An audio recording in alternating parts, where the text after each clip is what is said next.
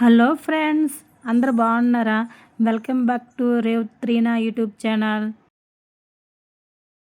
ఇప్పుడు ఈ శనివారాల వ్రతం అనేది నేను 7వ వారం చేసుకుంటాను ఫ్రెండ్స్. మిగతా 6 వారాలు అనేది అవి యూట్యూబ్లో నేను పెట్టలేదు. ఈ 7వ వారం అనేది యూట్యూబ్లో పెడుతున్నాను.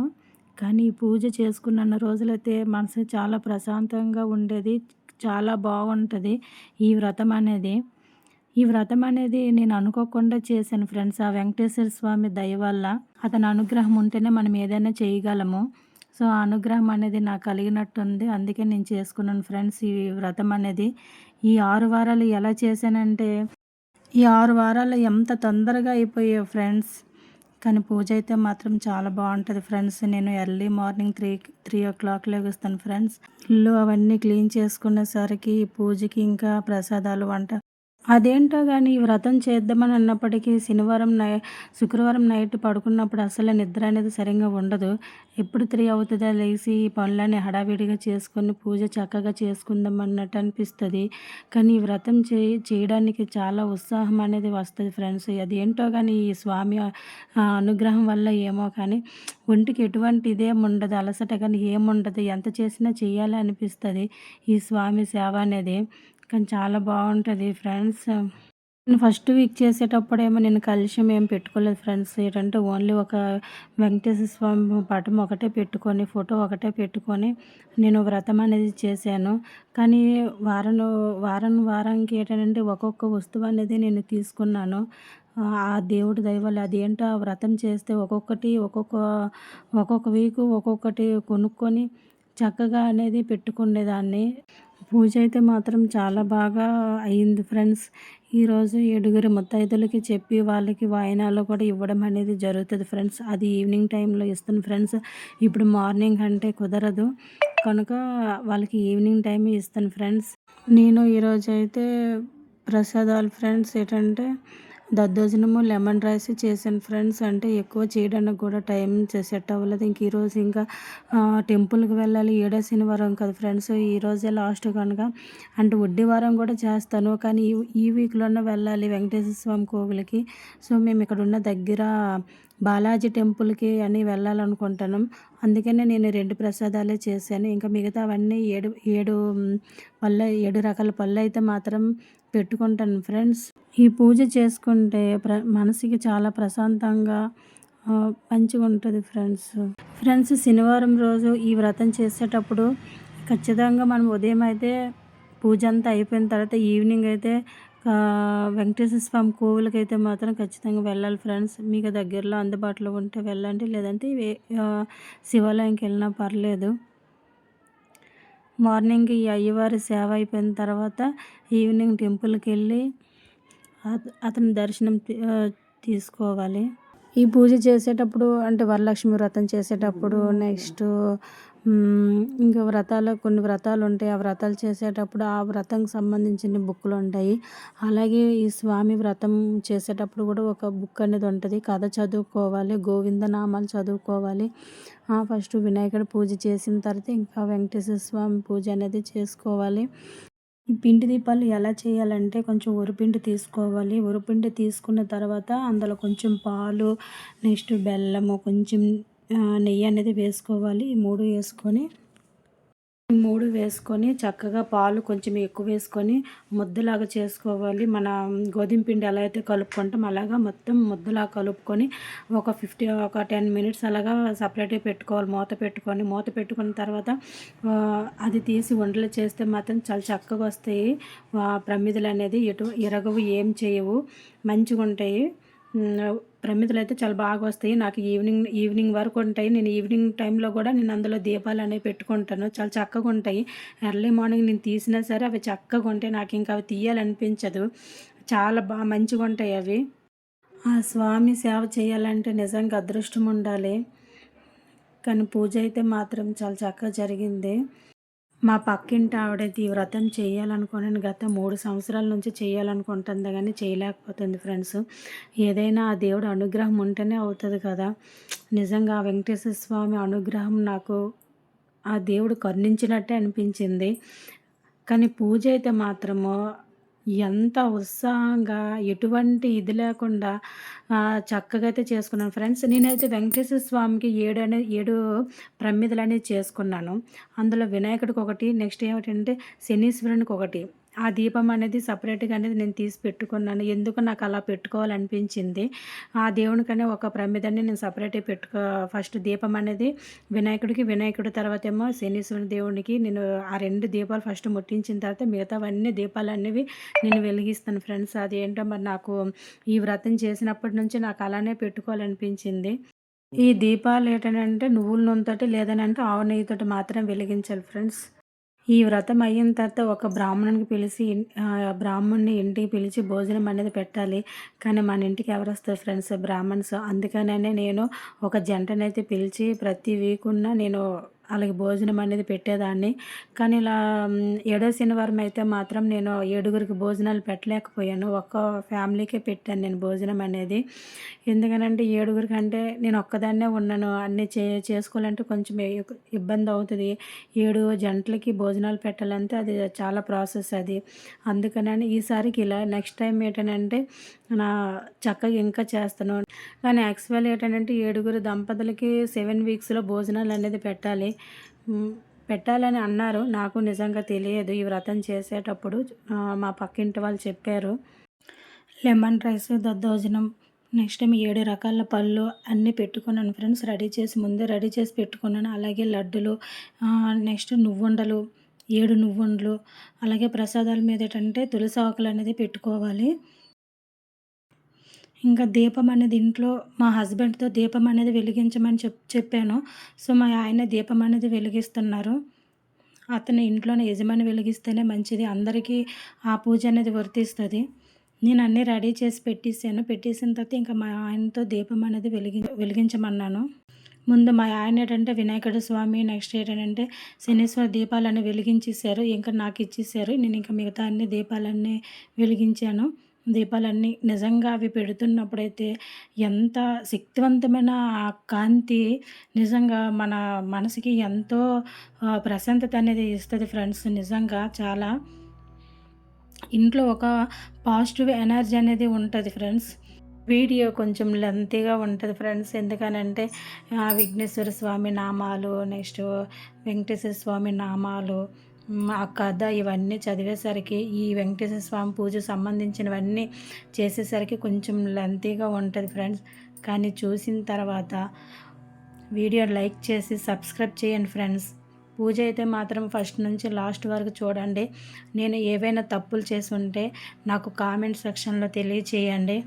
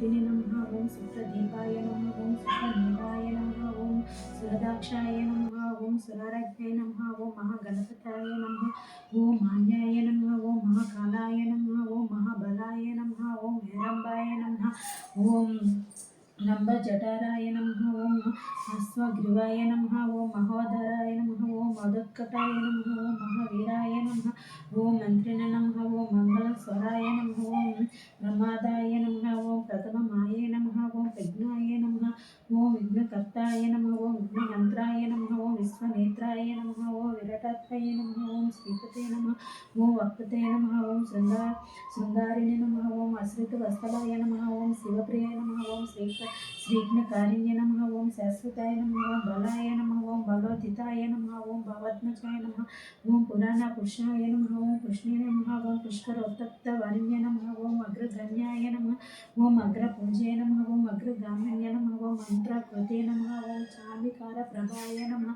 ఓం సర్వాయ నమః ఓం సర్వపాస్య నమః ఓం సర్వకర్తాయ నమః ఓం సర్వనేత్రాయ నమః ఓం సర్వసిద్ధిప్రదాయ నమః ఓం సర్వసిద్ధాయ నమః ఓం పంచహస్తాయ నమః ఓం పార్వతీనందనాయ నమః ఓం ప్రభువే నమః ఓం కుమార గురువే నమః ఓం అక్షోభ్యాయ నమః ఓం కుంజరసుర భంజనాయ నమః ఓం ప్రమోదాయ నమః ఓం మోదక ప్రియాయ నమః ఓం కార్తిమతే నమః ఓం ధృతిమతే నమః ఓం కారుణ్య నమః ఓం కపిత్త వందనాయ ప్రియాయ నమః ఓం బ్రహ్మచారిణ్య నమః ఓం కపిత్త వనప్రియాయ నమః ఓం బ్రహ్మచారిణ్య నమః ఓం బ్రహ్మరుద్రణ్య నమః ఓం బ్రహ్మ విద్యాతి దానుభవే నమః ఓం జిష్ణువే నమః ఓం విష్ణుప్రియాయ నమః ఓం భక్త జీవితాయ నమః ఓం జితి మన్మదాయ నమః ఓం ఐశ్వర్య కారణ్య నమః ఓం జస్య నమః ఓం యక్ష కిన్నర సేవితాయ నమః ఓం గంగాసుతాయ నమః ఓం గణదేశాయ నమః ఓం గంభీర నినాదాయ నమః ఓం వటవాయ నమః ఓం అభిష్ట వర్ధనాయ నమః ఓం జ్యోతిష్య నమః ఓం భక్త నిదాయ నమః ఓం భావగమ్యాయ నమః ఓం మంగళ ప్రదాయ నమః ఓం అవ్యక్తాయ నమః ఓం ప్రకృత పరక్రమాయ నమః ఓం సత్యధర్మిణ నమః ఓం సకాయ నమః ఓం సరశంభు నిదాయ నమః ఓం మహేశాయ నమః ఓం దివ్యంగాయ నమః ఓం మణి కింకణ మేకలాయ నమః ఓం సమస్త దేవత మూర్తాయ నమః ఓం జ్యేష్ఠవే నమః ఓం సతతోతితాయ నమః ఓం వికాత కారిణ్య నమః ఓం విశ్వభృసే నమః ఓం విశ్వరక్షకృతే నమః ఓం కళ్యాణ గురువే నమః ఓం ఉన్మత్తావేశాయ నమః ఓం అపారచితే నమః ఓం సమస్త జగదారాయ నమః ఓం సర్వేశ్వర ప్రదాయ నమః ఓం అక్రాంత చిద్భవే నమః ఓం శ్రీ విఘ్నేశ్వరాయ నమః.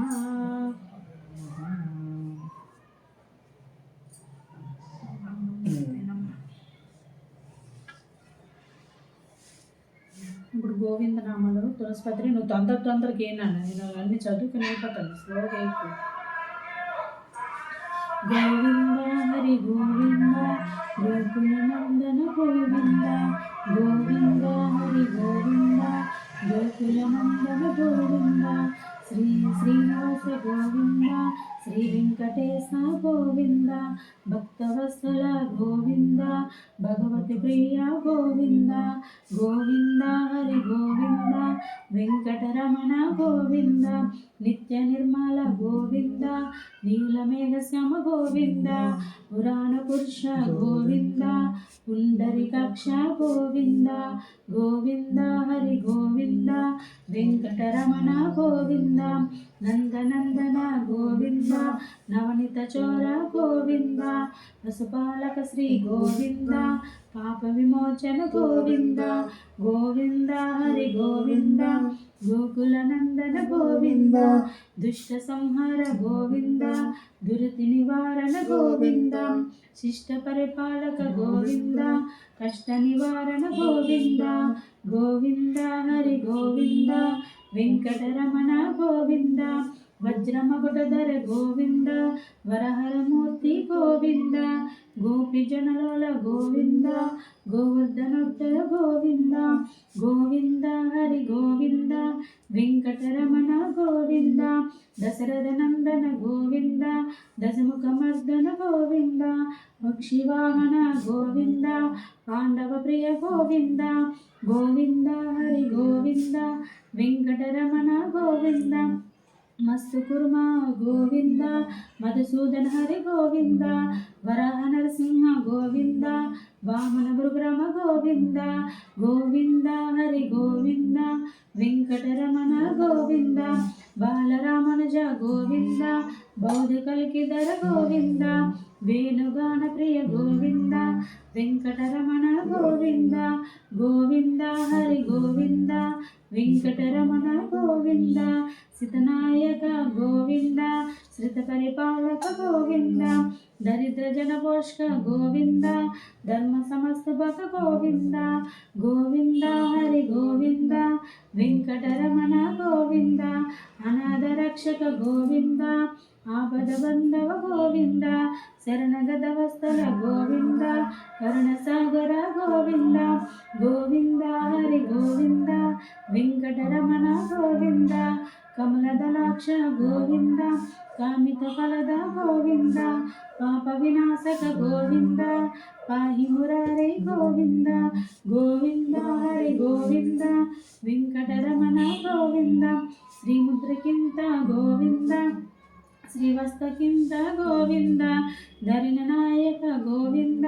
దినకర తేజ గోవింద, గోవింద హరి గోవింద, వెంకటరమణ గోవింద, పద్మావతి ప్రియ గోవింద, ప్రసన్నమూర్తి గోవింద, అభయస్థ గోవింద, అక్షయ వరద గోవింద, గోవింద హరి గోవింద, వెంకటరమణ గోవింద, శంఖ చక్రధర గోవింద, సజ్జగదాధర గోవింద, విరాజితిరస్తుత గోవింద, విరోధి మర్దన గోవింద, గోవింద హరి గోవింద, వెంకటరమణ గోవింద, సాలగ్రామధర ధర గోవింద, సహస్రనామ గోవింద, లక్ష్మీ వల్లభ గోవింద, లక్ష్మీ గణగ్రజ గోవింద, గోవింద హరి గోవింద, వెంకటరమణ గోవింద, కస్తూరి తిలక గోవింద, కాంచన బరధర గోవింద, గరుడ వాహన గోవింద, గజరాజ రక్షక గోవింద, గోవింద హరి గోవింద, వెంకటరమణ గోవింద, వానర సేవిత గోవింద, వారధి వందన గోవింద, సప్తగిరీశ గోవింద, ఏకస్వరూప గోవింద, గోవింద హరి గోవింద, వెంకటరమణ గోవింద, శ్రీరామకృష్ణ గోవింద, రఘుకుల నందన గోవింద, ప్రత్యక్ష దేవ గోవింద, పరమదయకర గోవింద, గోవింద హరి గోవింద, వెంకటరమణ గోవింద, వజ్ర కవచధర గోవింద, వైజయంతిమాల గోవింద, వడ్డీ కాసుల వర గోవింద, వసుదేవతనయ గోవింద, గోవింద హరి గోవింద, వెంకటరమణ గోవింద, బిల్వపత్రర్చిత గోవింద, భిక్షుక సంస్కృత గోవింద, శ్రీ రూప గోవింద, శివకేశమూర్తి గోవింద, గోవింద హరి గోవింద, వెంకటరమణ గోవింద, బ్రహ్మాండ రూప గోవింద, భక్తరక్షక గోవింద, గోవింద హరి గోవింద, వెంకటరమణ గోవింద, బ్రహ్మాండ రూప గోవింద, భక్తరక్షక గోవింద, నిత్య కళ్యాణ గోవింద, నీరాజనాభ గోవింద, గోవింద హరి గోవింద, వెంకటరమణ గోవింద, హరిరామ ప్రియ గోవింద, హరి సర్వోత్తమ గోవింద, జనార్దనమూర్తి గోవింద, జగదీక్షి రూప గోవింద, గోవింద హరి గోవింద, వెంకటరమణ గోవింద, అభిషేక ప్రియ గోవింద, ఆప నివారణ గోవింద, రత్న కిరీట గోవింద, రామానుజనుత గోవింద, గోవింద హరి గోవింద, వెంకటరమణ గోవింద, స్వయం ప్రకాశ గోవింద, ఆశ్రిత పక్షక గోవింద, నిత్య శుభప్రద గోవింద, నిఖిల లోకేశ గోవింద, గోవింద హరి గోవింద, వెంకటరమణ గోవింద, ఆనందరూప గోవింద, అత్యంతరహిత గోవింద, ఏ పరదాయక గోవింద, యువరాజ రక్షక గోవింద, గోవింద హరి గోవింద, వెంకటరమణ గోవింద, పరమదయాల గోవింద, పద్మనాభ హరి గోవింద, తిరుమల వాస గోవింద తులసి వనమాల గోవింద గోవింద హరి గోవింద వెంకటరమణ గోవింద శేషశాయిని గోవింద శేషద్రి నిలయ గోవింద శ్రీనివాస శ్రీ గోవింద శ్రీ వెంకటేశ గోవింద గోవింద హరి గోవింద వెంకటరమణ గోవింద గోవింద హరి గోవింద గోకుల నందన గోవింద గోవింద హరి గోవింద గోకుల నందన గోవింద గోవింద హరి గోవింద గోకుల నందన గోవింద ఏడుకొండలవాడ వెంకటరమణ గోవింద గోవింద ఏడుకొండలవాడ వెంకటరమణ గోవింద గోవింద ఏడుకొండలవాడ వెంకటరమణ గోవింద గోవింద. సౌనాకాది మునులతో సోత మహర్షి చెప్పిన శ్రీ వెంకటేశ్వర అవతార కథ. కలియుగం మొదలైంది. కలిదోష నివారణ కోసం మహా ఋషులందరూ నైమిశరణంలో ఒక సత్రయోగం సంకల్పించారు. అయితే ఆ యజ్ఞఫలాన్ని ఎవరికి ధారపోస్తే ప్రయోజనం కలుగుతుందని చర్చించారు. వారిలో భృగు మహర్షి యజ్ఞఫలానికి త్రిమూర్తులైన బ్రహ్మ విష్ణు శంకరులు ఎవరు తగిన వారు నేను పరీక్షించి వస్తానన్నాడు. ఆయన మహా తపశాలి. మునులంతా ఆమోదించారు. ఆయన ముందుగా వెళ్ళి సత్యలోకం వెళ్ళాడు. బ్రహ్మ అతడి రాకను గమనించగా సరస్వతి వీణ నాదంలో మునిగి ఉన్నాడు. దాంతో భృగు మహర్షికి కోపం వచ్చి మహా తపశాలినైన నన్ను అతిథిగా మన్నించలేకపోయావు. కర్తనని అహంకరిస్తున్న నీకు భూలోకంలో ఎక్కడ పూజ పురస్కారాలు లేకుండా పోవునుగాక అని శపించాడు. తరువాత కైలాసానికి వెళ్ళాడు. అక్కడ పరమేశ్వరుడు పార్వతితో ఆనంద నాట్యం చేస్తూ భృగు రాకను గమనించలేదు. దాంతో భృగు మహర్షికి కోపంతో శంకర, నీవు నాట్య విలాసాల్లో మునిగి మహాతపశాలైన అతిథిని అయిన నన్ను నిర్లక్ష్యం చేసావు కనుక భూలోకంలో నీకు లింగ రూపంలోనే కానీ నిజ రూపంలో ఆరాధన జరగగుండునుగాక అని శపించినాడు. ఆ తర్వాత వైకుంఠానికి వెళ్ళాడు. మాధవుడు పాన్పు మీద పరుండి తనకు పాదసేవ చేస్తున్న లక్ష్మీదేవత సరసల్ల పాలు ఆడుతున్నాడు. ముని రాకను గమనించలేదు. భృగువు వెళ్ళి అతిథిగా వచ్చిన నన్ను అవమానిస్తావా అంటూ విష్ణుమూర్తి గుండెల మీద తన్నినాడు. ఒక్కసారిగా లోకాలన్నీ కంపించాయి. అయినా శ్రీ మహావిష్ణువు రవ్వంతా కూడా ఆగ్రహించక పరమశాంత స్వభావంతో లేచి మునికి నమస్కరించి, మునీంద్ర, మీ రాక చేత వైకుంఠం పావనమైనది. మీ రాకను గమనించనని నా అవినయాన్ని మన్నించండి అంటూ భృగు మహర్షికి పాదాలెత్తాడు. భృగు మహర్షికి గర్వభంగమైనది. విష్ణుమూర్తికి నమస్కరించి, ఓ దేవదేవ, మీ వంటి సత్వగుణ సంపన్నులు 14 లోకాలను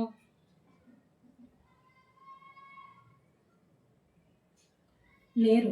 నా అహంకారాన్ని మన్నించండి. మీరే లోక సంరక్షణ తగినవారు కాబట్టి భూలోకంలో కలి ప్రభావాన్ని నశింపజేసి ధర్మ సంరక్షణ చేసి ప్రజల కష్టాలను తీర్చడానికి తప్పకుండా అవతరించాలి అని ప్రార్థించి తిరిగి భూలోకానికి వచ్చి మునులతో త్రిమూర్తులలోనూ పరమశాంతిమూర్తి శ్రీమన్నారాయణుడే అతడే యజ్ఞ ఫలానికి అర్హుడు అని తేల్చి చెప్పినాడు. మునులందరూ సత్రయాగం చేసి ఆ ఫలాన్ని యజ్ఞ పురుషుడైన మహావిష్ణువుకే దారిపోసినారు. అక్కడ వైకుంఠంలో లక్ష్మీదేవికి కోపం వచ్చింది. శ్రీహరి వస్తుతాలమే తన నివాసం. ఆ నివాసాన్ని ఒక ముని కాళ్ళతో తన్నినాడు. అందుకు శ్రీహరి కోపించగా ఆయనకు చాలా మర్యాదలు చేసినాడు. భర్తయే తనను గౌరవించలేదు అని అలిగి భూలోకానికి ప్రయాణమైనది. లక్ష్మి లేని ఇల్లు కలహీనమైనది. ఆమెను వెతికి తెచ్చుకోవడానికి భూలోకానికి ప్రయాణమైనాడు. విష్ణువు ఇంతలో భూదేవి వచ్చి, దేవా, కలియుగంలో అధర్మం పెరిగింది. పాపభారం మొయ్యలేకపోతున్నాను. నువ్వు భూలోకంలో అవతరించి నన్ను కాపాడు అని కోరింది. వెంటనే శ్రీ మహావిష్ణువు శ్రీనివాసుడని పేరుతో భూలోకాన్ని దిగివచ్చి లక్ష్మి కోసం వెతకడం ప్రారంభించినాడు. శేషాద్రి కొండల్లో ఒక పుట్టని నివాసంగా చేసుకున్నాడు. శేషాద్రి పర్వత ప్రాంతాన్ని పరిపాలిస్తున్న మహారాజు ఆకాశరాజు అతడు సంతానం లేక పుత్ర కామేష్టి చేయబోతూ భూమిని దున్నుతుండగా నాగలికి ఒక బంగారు పెట్టి తగిలింది. తెరిచి చూడగా మహాలక్ష్మి కళ్ళతో ఒక బాలిక కనిపించింది. ఆకాశరాజు సంతోషపడి ఆ పిల్లకు పద్మావతి పద్మావతి అని పేరు పెట్టుకొని అల్లారు ముద్దుగా పెంచాడు. యుక్త వయసు వచ్చిన పద్మావతి ఒక్కసారి శ్రీనివాసుని చూసి మోహించింది. తల్లిదండ్రులకు చెప్పింది. ఆకాశరాజు వచ్చి చూసి శ్రీనివాసుని తేజో విశేషాలకు ఆశ్చర్యపడి అతడే శ్రీ మహావిష్ణు భావించి పద్మావతినిచ్చి వివాహం చేసినాడు. ఆకాశరాజు తర్వాత అతడి తమ్ముడు తొండమానుడు రాజైనాడు. శ్రీనివాసుడు వెంకటేశ్వరుడని నామంతో తిరుమల శిఖరాల మీద కలియుగంతం వరకు నివసించాలని నిర్ణయించుకొని సాలగ్రామ శిలారూపుడైన పద్మావతి భూదేవులతో నివసించసాగినాడు. తొండమానుడు శ్రీ వెంకటేశ్వరునికి ఆలయం నిర్మించినాడు. తనను సేవించే భక్తులకు కల్పవృక్షం లాంటి వాడై శ్రీనివాసుడు ఇప్పటికీ భక్తులను రక్షిస్తూ అక్కడే నిల్చున్నాడు. ఆకాశరాజు తర్వాత నిల్చున్నాడు. సౌనకాది మహామునులంతా సూతుడు చెప్పింది విని వెంకటాచలంపై వెలిశాక శ్రీనివాసుని అనుగ్రహం పొందిన వారు ఎవరైనా ఉంటే వారి కథను వినిపించమని స్తుతిని అడిగాడు. సూతుడు ఇలా చెప్పాడు. కుమ్మరి భీము కథ. తిరుపతి మహాక్షేత్రమునకు సమీపన ఒక పల్లిలో భీముడు అను కుమ్మరి ఒకడు కలడు. అతడు పేదవాడు. కొండలను తయారు చేసి వాడిని అమ్ముకొనేదే జీవించేవాడు. వానికి శ్రీనివాసుని పై భక్తి ఎక్కువ. చిరకాలం దేవుని పూజింపవలి అని ఉన్న కుటుంబ పరిస్థితిని బట్టి వానికి అట్టి అవకాశం ఉండేది కాదు. అందువలన తాను కొండలు తయారు చేయు ప్రదేశంలో శ్రీ వెంకటేశ్వర స్వామి వారి ప్రతిమను చేసుకొని సారిపై కొండలు తయారు చేయనప్పుడు తన చేతికి అంటిన మట్టిని పుష్పంగా చేసి భక్తితో స్వామివారి ప్రతిమ వద్ద నుంచి ఉండేవాడు. అది వానికి నిత్యకృతమైంది. ఆ ప్రాంతమును పరిపాలించి రాజు తొండమాను కూడా శ్రీ వెంకటేశ్వర స్వామి యొద్ద భక్తి కలవాడు. అతడు ప్రతి దినమున వెంకటాచలమునకు పోయి స్వామి వారిని బంగారు పూలతో అర్చించేవాడు. కొంతకాలమునకు అతడిలో అహంకారం పొడసిపోయాను. ఆ పక్క రోజు అతడు పూజ చేయుటకు ఉద్యుక్తుడు కాక తాను నిన్ను పూజించిన బంగారు పూల స్థానమున మట్టి పూలు స్వామివారి వద్ద కనిపించినవి. కారణం అర్థం కాలేదు. అర్చకులంత నుంచి బంగారు పూలు అపహరించి మట్టి పూలనుంచుచున్నారని అనుమానించను. తను భటులు కాపలగా ఉంచెను. రాజు ఎన్ని విధములుగా ప్రయత్నించిన బంగారు పూల స్థానం మట్టి పూలే స్వామివారి యొద్ద ఉండేవి. మహారాజునకు మానసిక వ్యాధి పెరిగిన చింతపితుడైనాడు. వానికి శ్రీ వెంకటేశ్వర స్వామి కలలో కనిపించను. రాజా, సమీప గ్రామమున భీముడను కుమ్మర ఒకడు కలడు. అతడు కొండలు చేయుచున్న నా స్వరమును ధ్యానమును విడవని మహాభక్తుడు. వాని భక్తి ప్రభావమున అతడుంచిన మట్టి పూలే ఇచ్చట నా సన్నిధానంలో చేరినవి. నీవు ఉంచిన బంగారు పువ్వులు అతడుంచిన పూల యందు నిలవలేక అదృశ్యమగుచున్నాయి. భక్తులు అతడు నీకంటే ఉత్తముడు. అతడు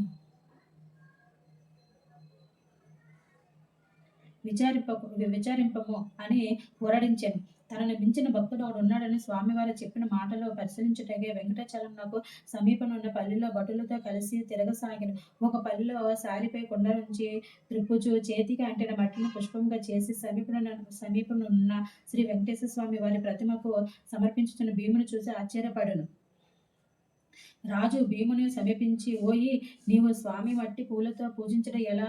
నీకు పూజకు పుష్పములు దొరకటం లేదా అని అడిగాను. భీముడు రాజునకు నమస్కరించి, మీ వంటి వారు వచ్చుటచే నా ఇల్లు పావనమైనది. నేను చదువురాని మూర్ఖుడిని. స్వామి వారిని పూజించడం ఎట్లా తెలియని వాడు ఆ దారిద్రుడు.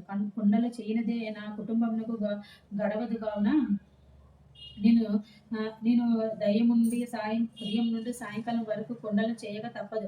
చేతికి అంటిన మట్టిని పుష్పంగా చేసి ఇట్లా స్వామివారికి సమర్పించుచుండేని అని వివరించను. కుమ్మరవారి మాటలు విన్న రాజు మిక్కిలి ఆశ్చర్యపడను.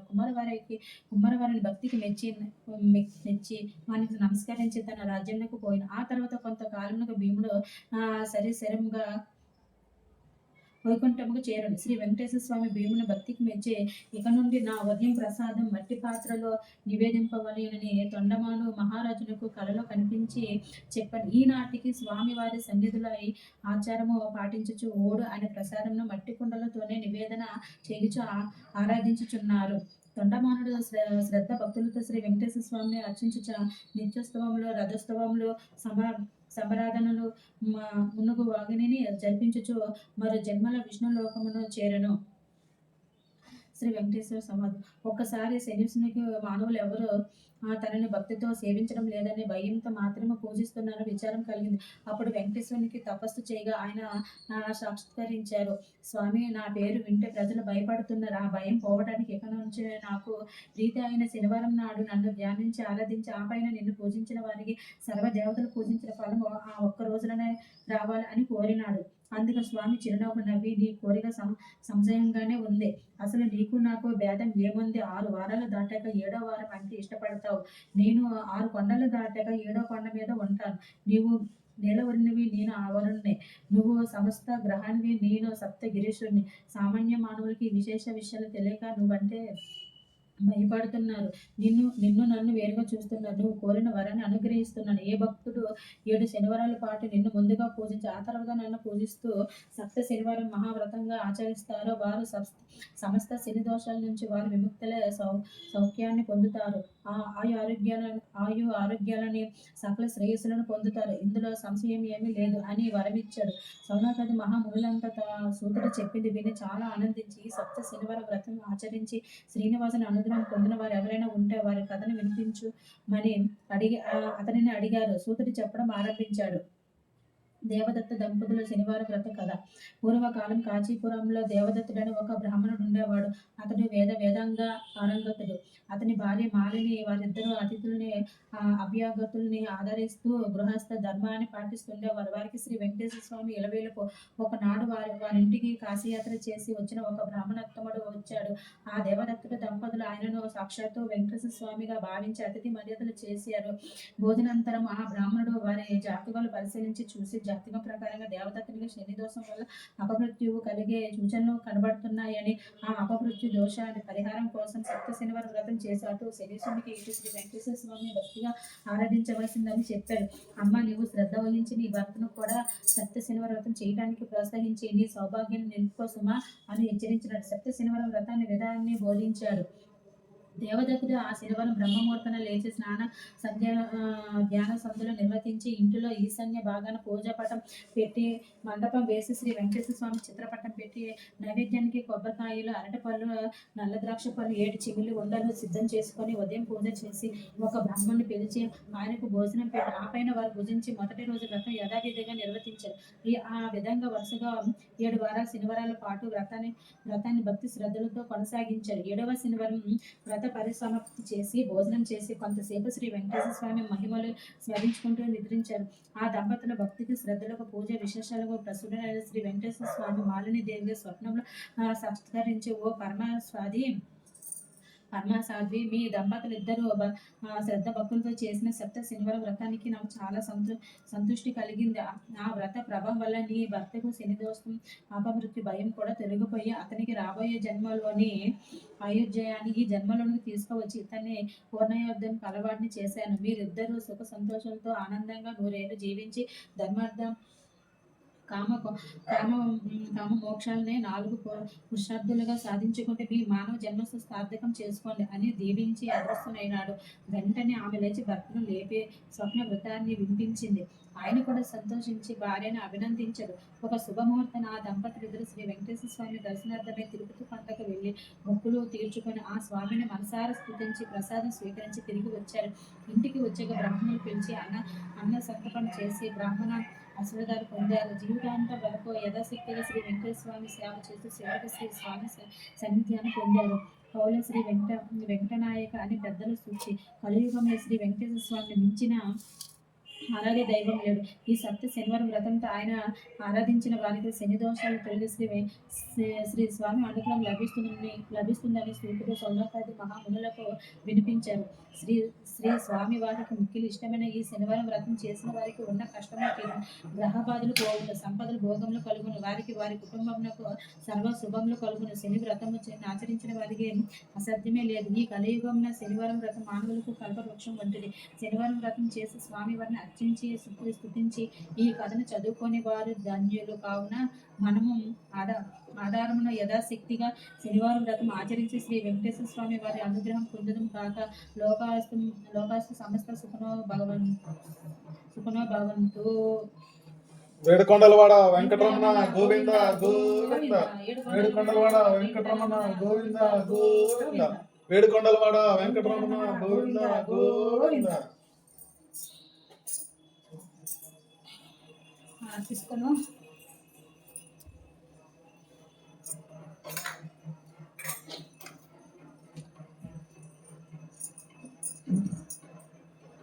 20 నిమిషాల్లోనే అన్ని అయినాయి నాన్న. ఆరోగ్య ధన సంపద పుత్రపతి వినాశాయ దేవజ్యోతి నమస్తే. శుభం కళ్యాణం కరోతి ఆరోగ్య ధన సంపద పుత్రపతి వినాశాయ దేవజ్యోతి నమస్తే. శివం కళ్యాణం కరోతి. అటు గంట గంట గంట ఇది ఎక్కడ గంట. ఓం శ్రీ త్రిపుర సుందరి మణిద్వీపవాసినికి మంగళం జయ మంగళం నిత్య శుభమంగళం. ఓంకార రూపిణికి ఓంకారవాసినికి శ్రీ విజయవాహనికి మంగళం జయ మంగళం నిత్య శుభమంగళం. వేదాలు నాగాలు శిరసుంచి ముక్కోటి శ్రీ రత్న సింహవాసినికి మంగళం జయ మంగళం నిత్య శుభమంగళం. ఆపదలు బాపెట్టి సంపదలను వెతుగొట్టి శ్రీ నగరవాసినికి మంగళం జయ మంగళం నిత్య శుభమంగళం. రామచంద్రాయ వెంకటరాజామనోహరాయ మామికాభిష్టదాయ మంగళం. చారు కుంకుమోపేత చందనాలు చర్చితాయ హారి కటక శోభితాయ మంగళం. విమల రూపాయ వివిధ వేదాంత వేదాయ సుగుణ చిత్త కామితాయ శుభద మంగళం.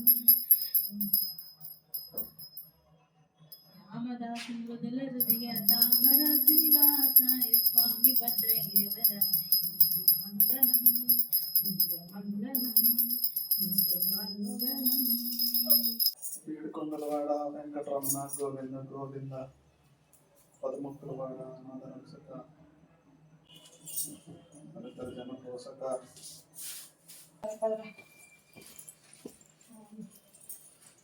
నాకు బట్టలు వస్తాయి బాగా తెలిసి బట్టలు ఏదో వేసుకుంటున్నాను.